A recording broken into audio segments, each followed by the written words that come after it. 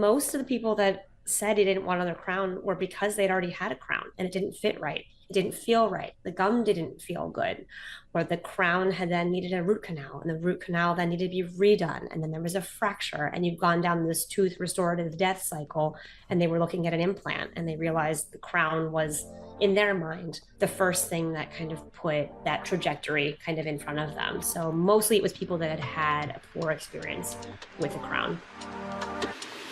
Welcome to the Phil Klein Dental Podcast. For years, when faced with a large cavity prep, our go-to solution has often been an indirect restoration, a crown or an onlay sent off to the lab or milled chairside. But what if we told you that in many cases that approach might be more aggressive than necessary? And on top of that, many of our patients are not particularly thrilled about getting their teeth prepped to accommodate an indirect restoration. With today's newer materials like highly filled nanocomposites and advanced adhesive systems, GPs have the capability to create strong, long-lasting, and minimally invasive restorations right in the operatory in a single visit. In this episode, we'll explore why direct composite procedures are quickly becoming a preferred alternative to traditional indirect restorations, and how you can use what we call the hybrid technique, like deep margin elevation and model-based composite crowns, to deliver exceptional results without prepping away valuable tooth structure or sending cases to the lab.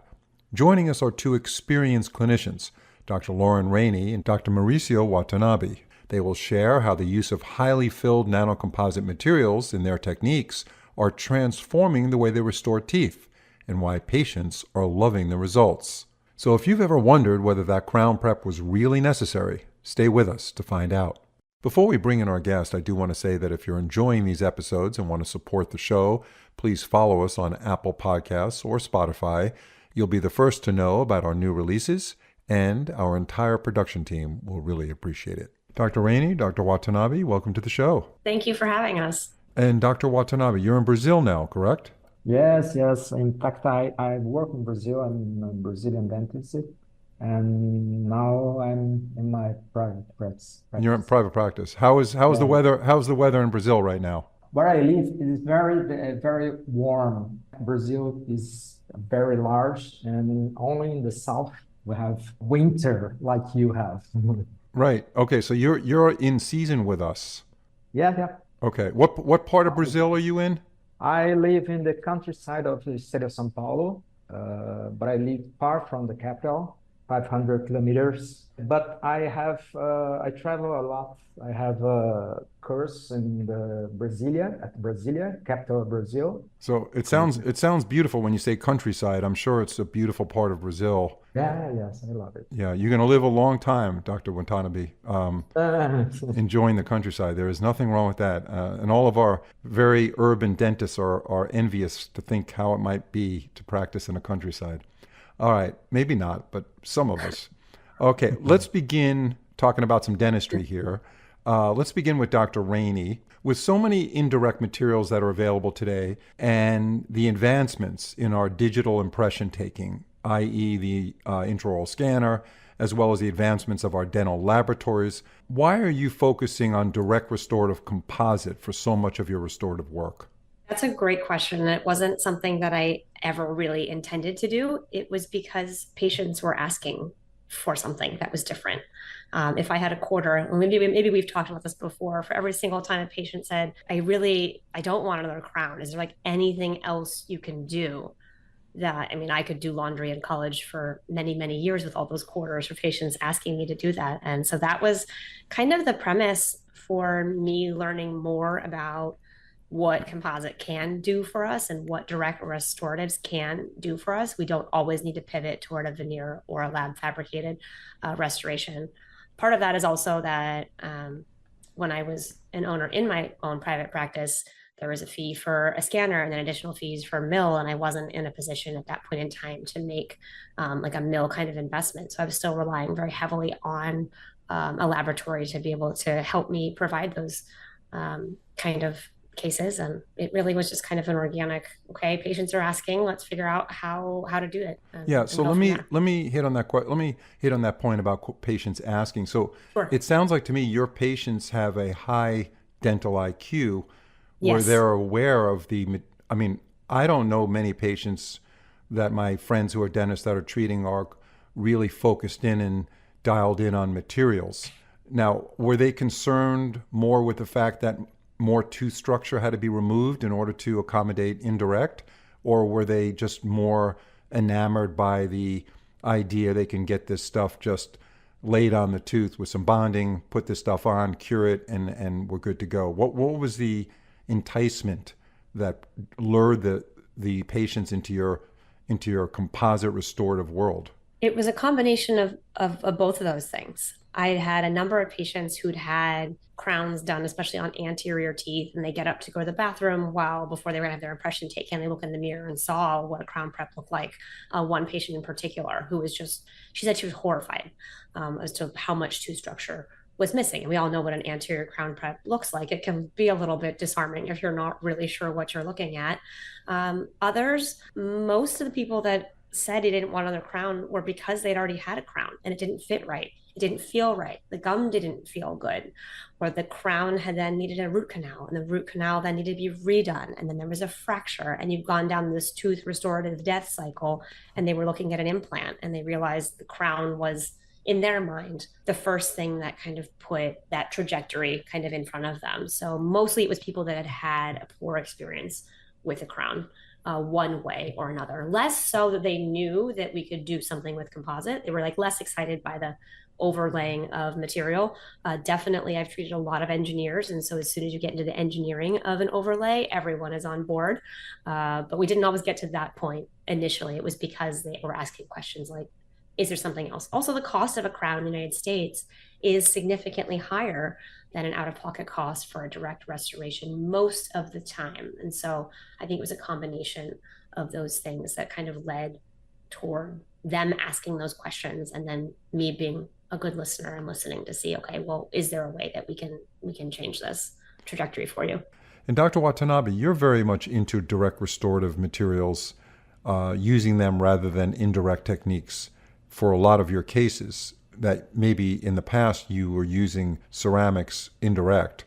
In fact, I prefer to use composite because it's much easier for us to make something more conservative. Perhaps that we need to do to use ceramics. It's much more specific. You need some specific thickness. We need some situations that we need to remove tooth that already has a big cavity. So when using composite, even if you use it directly or indirectly, you can make it more conservative. Your main concern is conservative dentistry, minimally invasive procedures. Are you pushing the envelope, as they say, where you think that the tooth could be more at risk of a fracture down the road without having full coverage? In fact, when we use composite resin, because of the bonding, because of the new materials that we have nowadays, we can restore a big cavity even without covering a cusp. We can make it more resistant. The important thing is the longevity of the tooth. And so we need to be more conservative in everything we do in dentistry. So what are you looking for, Dr. Watanabe, on the materials themselves? What helps you make a decision on what to use? And then I'll follow up with you, Dr. Rainey, on that same question. Especially when we are talking about the restoration of posterior teeth, we need to be concerned about the resistance. So the mechanical properties are the main trait that we need to be concerned about the composite. Generally, when we have a higher filler content in a composite resin, we have a higher wear resistance and flexor resistance. And so generally, we use a composite resin specifically for the posterior teeth. When we are restoring anterior to teeth, I would prefer something that is optically more appropriate to layer and use different colors and shades and to obtain aesthetic restoration. But In the posterior area, I think the mechanical property is more important. So let me ask Dr. Rainey this question. So as we all know, as dentists, in large part, our chair time is the most valuable thing we offer our patients. I mean, that's what we're selling. We're selling our expertise and our chair time. So being efficient with time and resources by doing these larger composite restorations, manually chairside, as opposed to a full coverage lab or a milled restoration where our hands aren't in it as much. You could see from the point of view of some dentists by saying, I don't have time to sit there and build these restorations artistically. It's very technique sensitive. I've got to make sure the teeth are very dry, especially when it comes to composites, because I don't have the moisture tolerance that I would perhaps with a glass ionomer. What do you say to that when they say, that's just a lot of chair time. It's not an efficient use of my time to do these larger restorations with direct composite procedures? There are ways to make it sustainable in a private practice environment, for sure. I think it just depends, again, on what the patient is looking for and what you as a provider feel as your practice philosophy. I think I just want to echo, what Dr. Watanabe was saying, that we're concerned about the longevity of the tooth. And if you kind of keep that at the forefront of the conversation, that will help sort of dictate what you do. But I hear what you're saying. You don't always have, 2 hours to kind of dither around and do shades and colors and this, that, and the other. But I can do these in one visit as opposed to having them come back, creating a temporary and having them come back. So there's chair time and efficiency in that regard.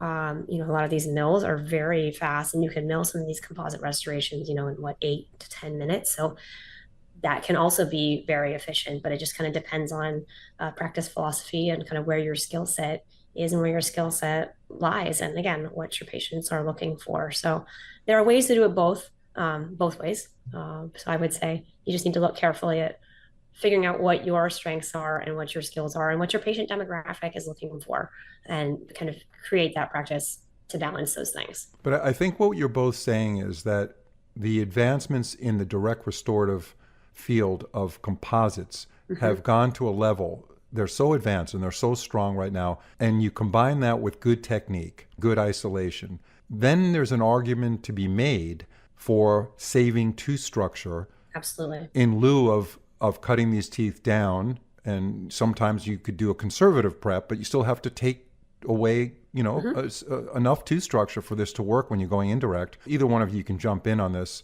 When do you draw the line? When do you say this tooth cannot be restored confidently with direct and we have to go indirect? I would prefer indirect restoration when we have a large cavity that we have some difficulties to sculpt. Indirect we can do with composite and ceramic, but nowadays I use much more indirect composite restorations than ceramic indirect restorations, because we can join the conservative preps, because when we are prepping large cavity, we have a lot of sites that we have retention, and we can just fill with composite instead of removing with the burr. So that's why I think that in this case, where we have a large restoration, and we also need to remember that when we are restoring directly with composite, we have the shrinkage of the composite during the polymerization, and this will generate stress that can cause some problems after the polymerization. So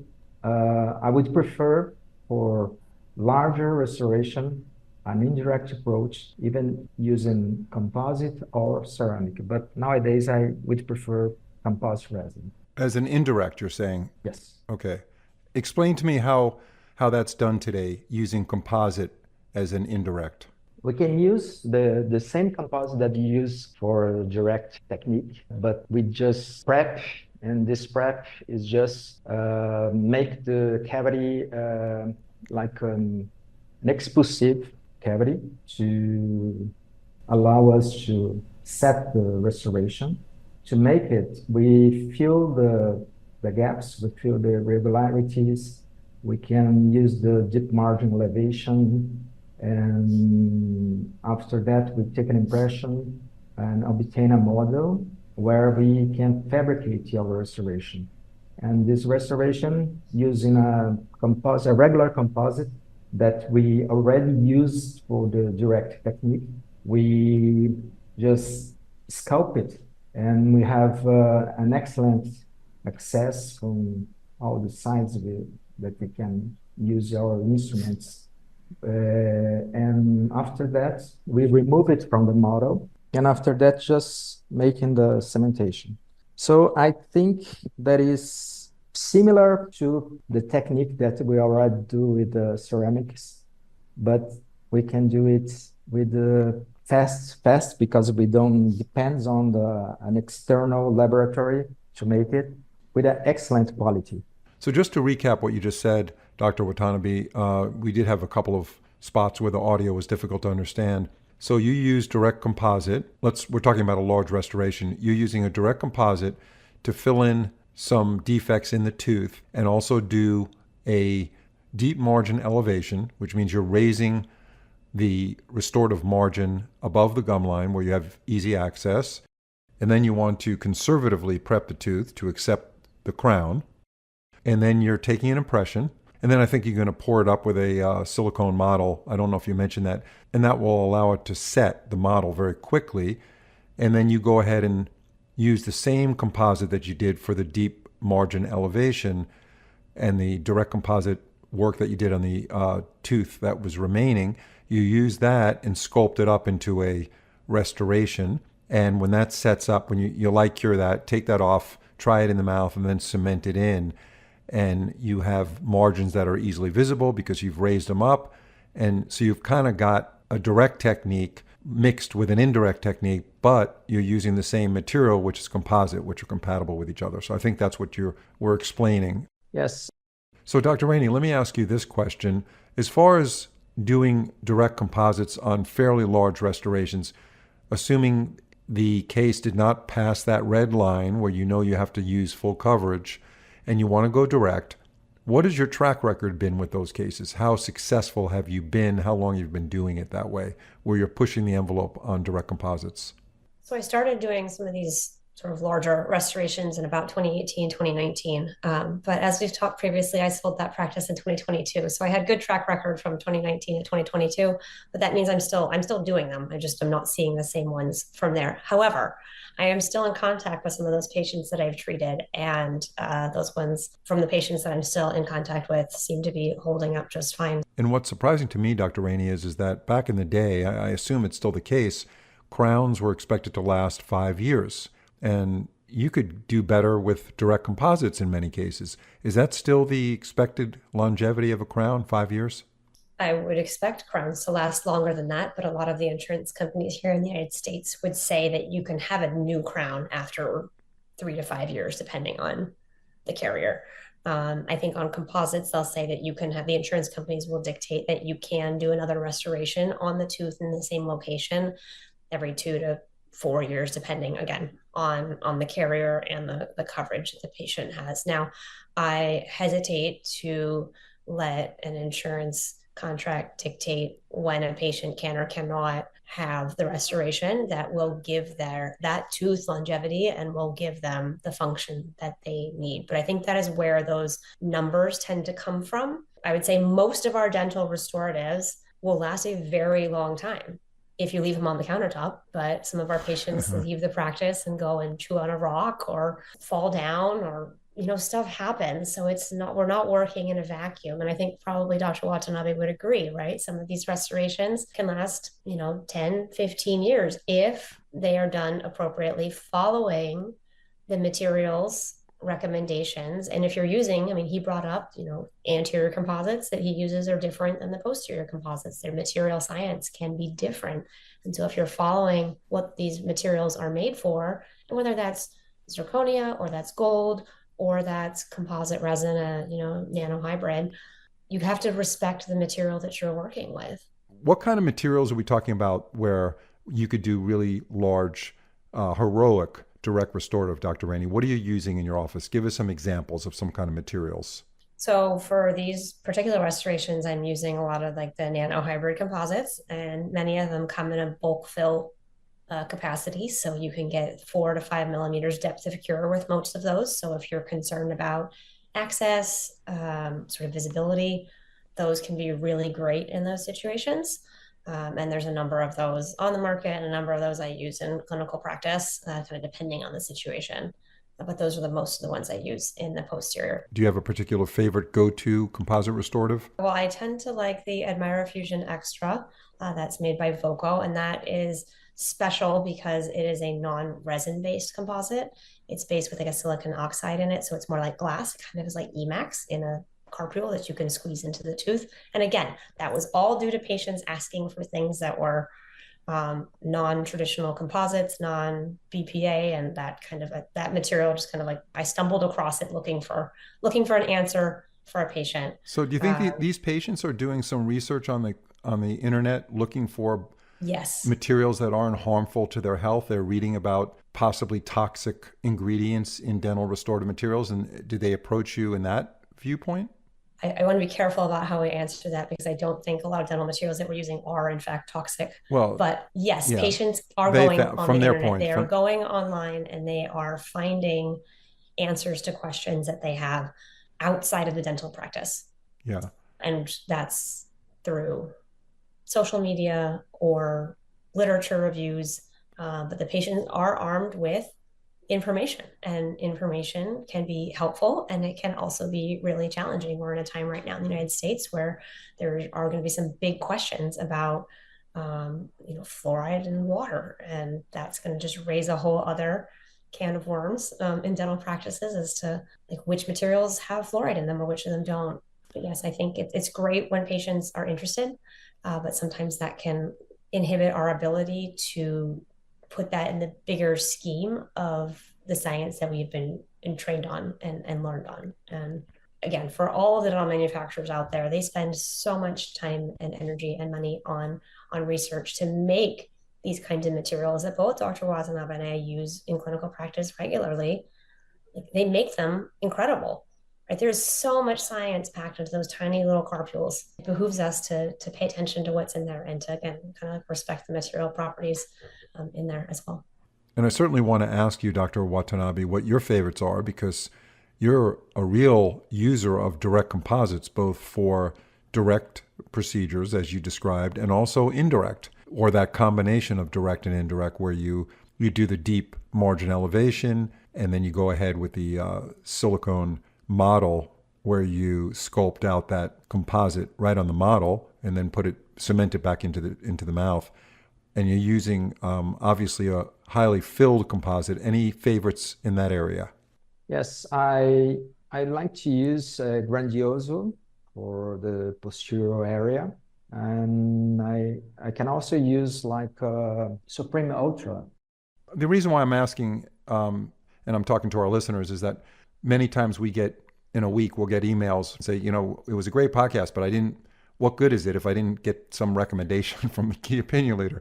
So from the practical standpoint, we like to ask some of the speakers what they use so that our listeners can make their choice. It's of course up to them to make their choice, but it's nice to know the name of the product goes with the discussion. Certainly makes sense. Is there anything either one of you would like to add before we wrap up this episode? Yes. Please do. About the products for the deep margin elevation, I like to use Grandioso Heavy Flow. That is a flowable material, but with a higher filler content. And when I use this composite, I prefer to use Grandioso as the material to fabricate the restoration. So what you're saying is, Dr. Watanabe, you want to stay with the same brand, in this case, the exact same product within the same brand, which is the Grandioso Heavy Flow, both for the deep margin elevation, yes, and the indirect fabrication of the composite crown on that silicone model that you later cement in, because that interface will be compatible. The same system, because we have an interface with the two materials, and when we use a different material from different brands, we have a difference in the polishing. So that's why I would prefer to use both of the same brand. Thank you very much, Dr. Watanabe. Really appreciate it. Thank you, Dr. Rainey, and we'll be seeing you on a future podcast because we have other stuff to discuss. Have a great evening. Thank you. Thank you. Thank you.